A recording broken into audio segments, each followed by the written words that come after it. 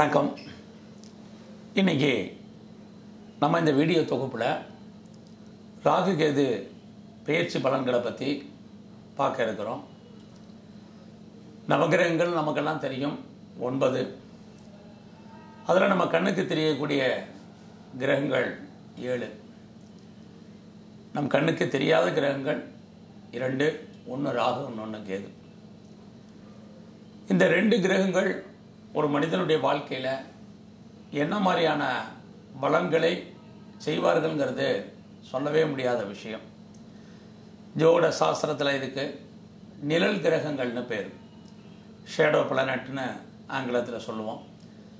அப்படிப்பட்ட இந்த நிழல் கிரகங்கள் நம்முடைய வாழ்க்கையில் நிழலாக இருந்து என்ன மாதிரியான பலன்களை கொடுப்பாங்கன்னு பார்க்கும்போது அதிசயத்தக்கதாக அவங்களுடைய பலன்கள் இருக்கும். ஒரு பழமொழி உண்டு, ராகுவை போல் கொடுப்பாரும் இல்லை, கேதுவை போல் கெடுப்பாரும் இல்லை, மாறி மாறி சொல்லிகிட்டு இருப்பாங்க. ஆனால் ராகு அப்படின்னு சொன்னாலே இகபோக வாழ்க்கையிலே இன்ப சுகங்களை அனுபவிக்கக்கூடியவர், பலன்களை கொடுக்கக்கூடியவர். சுக்கிரனுக்கு அடுத்தபடியாக ராகு. கேது ஞானகாரகன், அவரும் நம்முடைய வாழ்க்கையில் மிகப்பெரிய மாற்றங்களை செய்யக்கூடியவர். இந்த ராகு கேது ரெண்டுமே தகவல் தொடர்பு, இன்றைக்கு இருக்கக்கூடிய மாஸ் கம்யூனிகேஷன் அத்தனைக்குமே ராகு கேதுகள் தான். ராகு ஆங்கிலத்தில் சொல்லுவார், Rahu is communication, Ketu is distribution சொல்லி. இன்றைக்கு உலகத்தினுடைய இயக்கமே ராகு கேதுகளுடைய தொடர்பில் தான் இருந்துக்கிட்டு இருக்கு. ஜோட சாஸ்திரத்தில் ராகு முஸ்லீம் மதத்தை குறிக்கக்கூடியவர், அந்நிய பாஷை அந்நிய மொழி பேசுவதை குறிக்கக்கூடியவர். கேது கிறிஸ்தவ மதத்தை குறிக்கக்கூடியவர். இன்றைக்கு உலக இயக்கம் யாருடைய கையில் இருக்குங்கிறதெல்லாம் நமக்கு சொல்லாமையே தெரியும். அப்படிப்பட்ட பவர்ஃபுல்லான ஒரு 2 கிரகங்கள் ராகு கேதுகள். இன்றைக்கு எத்தனையோ பெயர்ச்சிகள் உண்டு, குரு பெயர்ச்சி உண்டு, சனி பெயர்ச்சி உண்டு. அதே சமயத்தில் ராகு கேது பயிற்சிகளும் நம்முடைய வாழ்க்கையில் மிகப்பெரிய மாற்றங்களை செய்யக்கூடிய கிரகங்கள். அவர்கள் நிழலாக இருந்து நம் கண்ணுக்கு தெரியாத திடீர் மாற்றங்கள் எல்லாம் நம்ம வாழ்க்கையில் நம்ம பார்க்குறோம். திடீர்னு சில விஷயங்கள்லாம் நடக்கும், நல்லதாக இருந்தாலும் சரி, கெட்டதாக இருந்தாலும் சரி. சில சமயங்களில் என்ன நடக்குதுன்னே நமக்கே புரியாது. அப்படிப்பட்ட நிகழ்வுகளை தரக்கூடிய கிரகங்கள் ராகு கேதுகள். அதனால தான் நிழல் கிரகங்கள் பேர். ஆமாம், ராகு என்ன மாதிரியான பலன்களை தருவார் அப்படின்னே சொல்ல முடியாது. அதே மாதிரி தான் கேது. கேது ஞானகாரகன் மட்டுமல்ல, மோட்சகாரன் அவருக்கு இன்னொன்று, கிரிமினல் பிளானட்ஸ்னு அவருக்கு இன்னொரு பேர். ஆக இப்படிப்பட்ட கிரகங்கள் நம்முடைய வாழ்க்கையில் என்ன மாதிரியான தாக்கத்தை ஏற்படுத்துவார்கள்? இந்த 2017 ஆகஸ்ட் மாதம் 18ஆம் தேதி இரவு ராகு கேது பயிற்சி நடக்க இருக்கிறது. ராகு இதுக்கான சிம்ம ராசியில் இருந்தார், அவர் இப்போ கடக ராசிக்கு பயிற்சியாக போகிறார். கேது இதுவரைக்கும் கும்பராசியில் இருந்தவர் இப்போ மகர ராசிக்கு வரப்போகிறார். எல்லா கிரகங்களும் வலமிருந்து இடமாக, அதாவது கிளாக் வைஸில் சுற்றி வரக்கூடிய காலங்களில் இந்த ராகு கேதுகள் மற்றும் ஆன்டி கிளாக் வைஸில் இடமிருந்து வலமாக சுற்றுவார்கள். அப்படி பார்க்கும்போது சிம்ம ராசியிலிருந்து கடகராசிக்கும் கும்பராசியிலிருந்து மகர ராசிக்கு கேது பகவான் பயிற்சி ஆகிறாரு. இந்த 2017 சுமார் 1.5 ஆண்டு காலம் அந்த ராசிகளில் அவர்கள் சஞ்சாரம் பண்ணுவாங்க. இப்படிப்பட்ட டிரான்சிட்டு, அதாவது செஞ்சரிக்கக்கூடிய காலங்களில் நம்ம எல்லாருடைய வாழ்க்கையிலையும் எல்லாருமே ஒவ்வொரு லக்னத்தில் ஒவ்வொரு ராசியில் பிறந்திருக்கோம். அவங்களுக்கெல்லாம் என்ன மாதிரியான மாற்றங்களை இவர்கள் செய்வார்கள் அப்படின்னு நம்ம இந்த இதில் பார்க்க போகிறோம். குறிப்பாக இந்த 2017 அதோட குரு பயிற்சியும் திருக்கணித பிரகாரம் செப்டம்பர் மாதம் இருக்குது. அவருடைய பயிற்சியையும் நம்ம கணக்கில் எடுத்துக்கிட்டு ஒவ்வொரு லக்னக்காரங்களுக்கும் என்ன மாதிரியான பலன்கள் நடைபெறும் என்கிற விஷயத்தை நம்ம இப்போ பார்க்க போகிறோம். எல்லாருமே ராசி பலனை மட்டுமே வச்சு சொல்லிகிட்டு இருக்கக்கூடிய காலத்தில் நான் லக்னத்தின் அடிப்படையில் பலன் சொல்லிக்கிட்டு இருக்கிறது உங்கள் எல்லாருக்குமே தெரியும். என்னுடைய வீடியோ தொகுப்பில் எல்லாருமே சார் லக்னமாக ராசியானு கேட்டுக்கிட்டே இருக்கிறீங்க, மெயில் அனுப்பிச்சிக்கிட்டே இருக்கிறீங்க, ஃபோன்லேயே கன்சல்ட் பண்ணிகிட்டு இருக்கிறீங்க. அவங்களுக்கெல்லாம் நான் சொல்ல வந்தது, இனி வருங்காலங்களில் நான் சொல்கிறது எல்லாமே உங்களுடைய லக்னத்தின் அடிப்படையிலான பலன்களை நீங்கள் இந்த வீடியோ தொகுப்பில் பார்க்கணும். எல்லாருக்குமே உங்கள் நட்சத்திரம் தெரியும், ராசி தெரியும். நிறைய பேருக்கு உங்கள் லக்னம் தெரியும், நிறைய பேருக்கு உங்கள் லக்னம் தெரியாது. லக்னம் என்பது உயிர், ராசி என்பது உடல். உயிர் தான் ரொம்ப முக்கியம். இந்த உயிர் இல்லைன்னா இந்த உடலுக்கே வேலை இல்லை.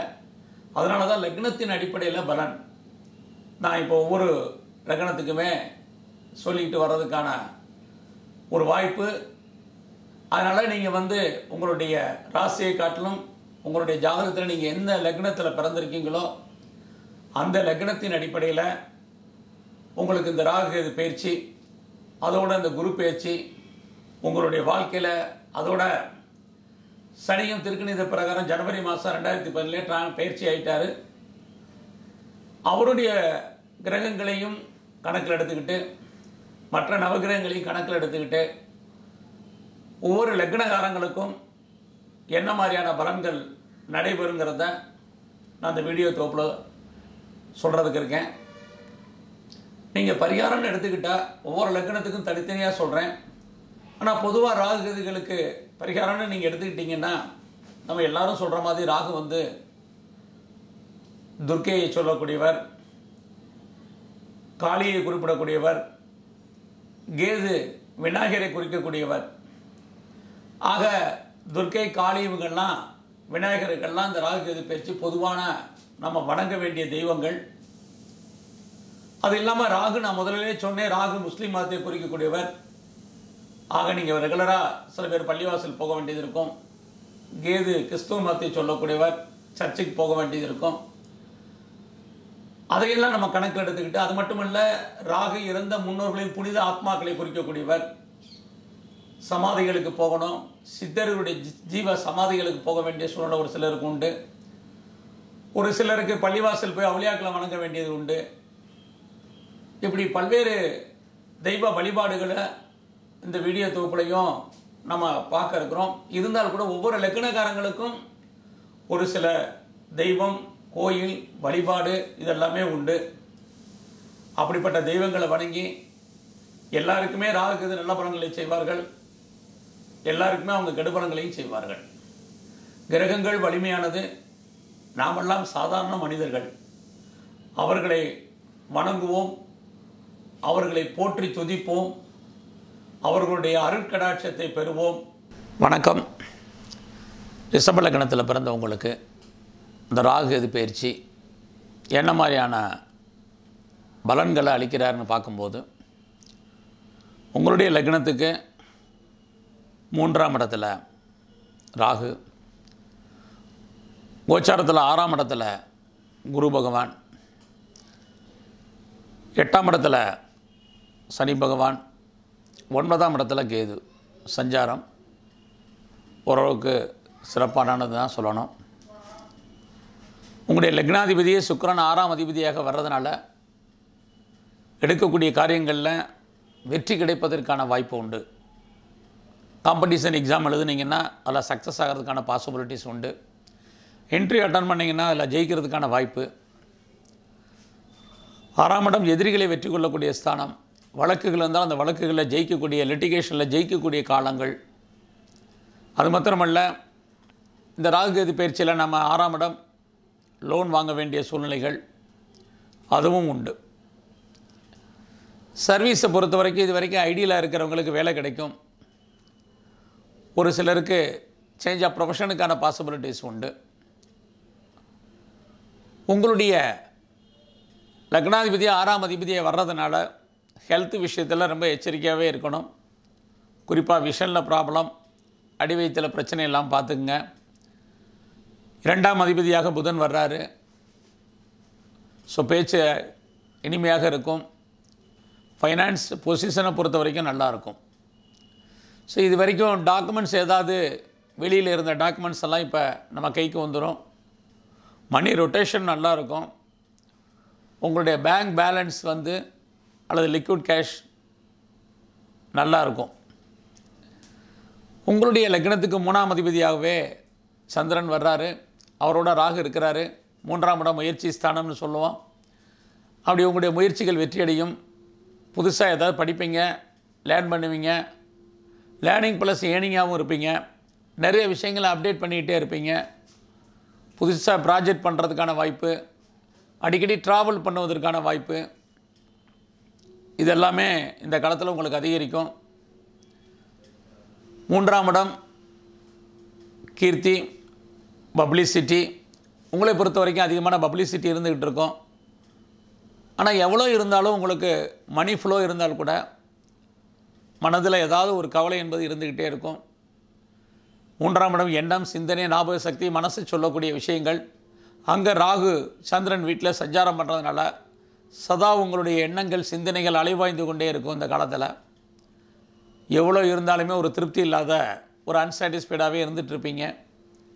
சகோதரர்களால் நன்மை ஏற்படும்.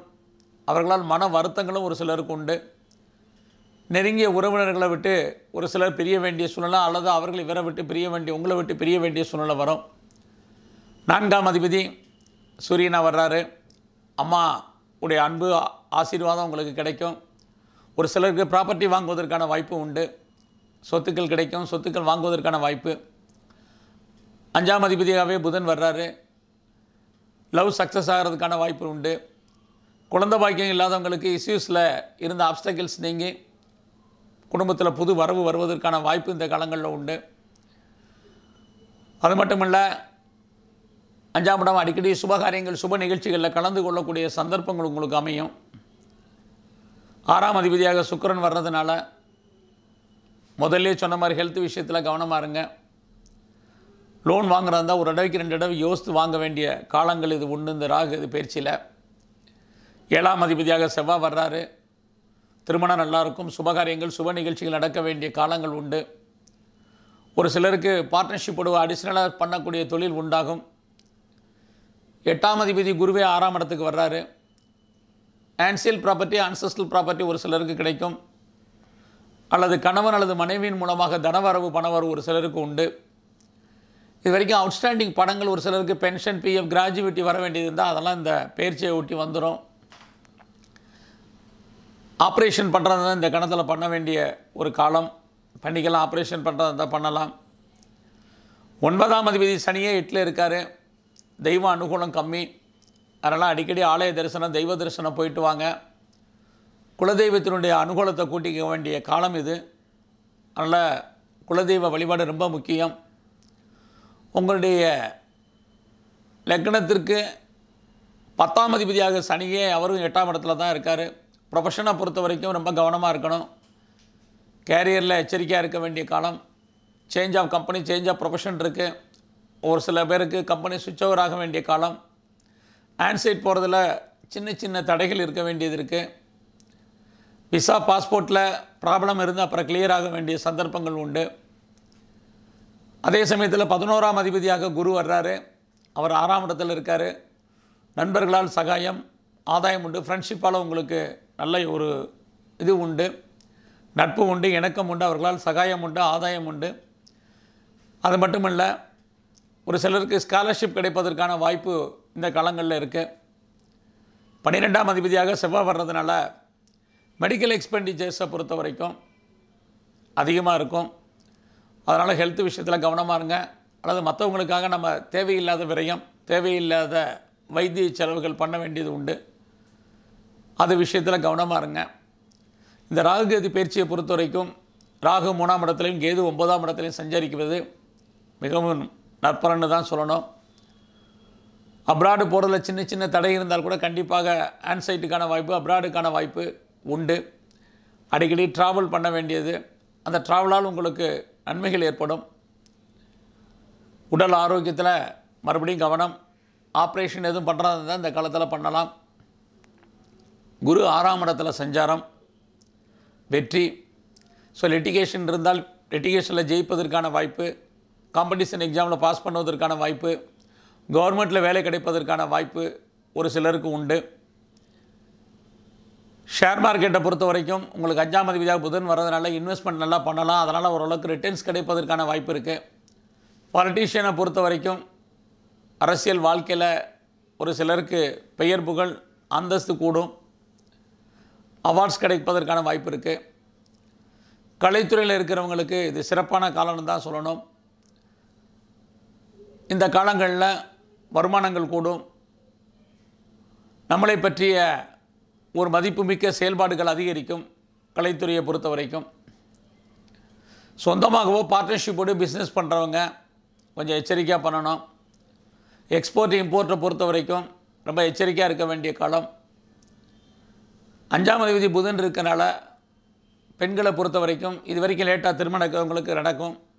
ஒரு சிலருக்கு செகண்ட் மேரேஜுக்கான பாசிபிலிட்டிஸ் உண்டு. லவ் சக்ஸஸ் ஆகிறதுக்கான பாசிபிலிட்டிஸ் நிறையவே உண்டு. ஸ்டூடெண்ட்ஸுகளை பொறுத்த வரைக்கும் 4ஆம் அதிபதியாக சூரியன் வரனால எதிர்பார்த்த காலேஜ் அல்லது யூனிவர்சிட்டி கிடைப்பதற்கான வாய்ப்பு ஒரு சிலருக்கு அமையும். குறிப்பாக ஆகஸ்ட் மாதம் ராகு பயிற்சி, அதை ஒட்டி நிறைய பேருக்கு எக்ஸாமினேஷனில் பாஸ் பண்ணி காலேஜில் அட்மிஷன் போடுறதுக்கான வாய்ப்புகள், எதிர்பார்த்த காலேஜ் கிடைப்பதற்கான சந்தர்ப்பங்கள் உண்டு. அதோடு 9ஆம் இடத்துல கேது, தெய்வ அனுகூலத்தை கூட்ட வேண்டிய காலகட்டங்கள் உண்டு. மொத்தத்தில் இந்த ராகு பயிற்சி ரிஷப லக்னத்தை பொறுத்த வரைக்கும் ஓரளவுக்கு சிறப்பாக இருக்குன்னு தான் சொல்லணும்.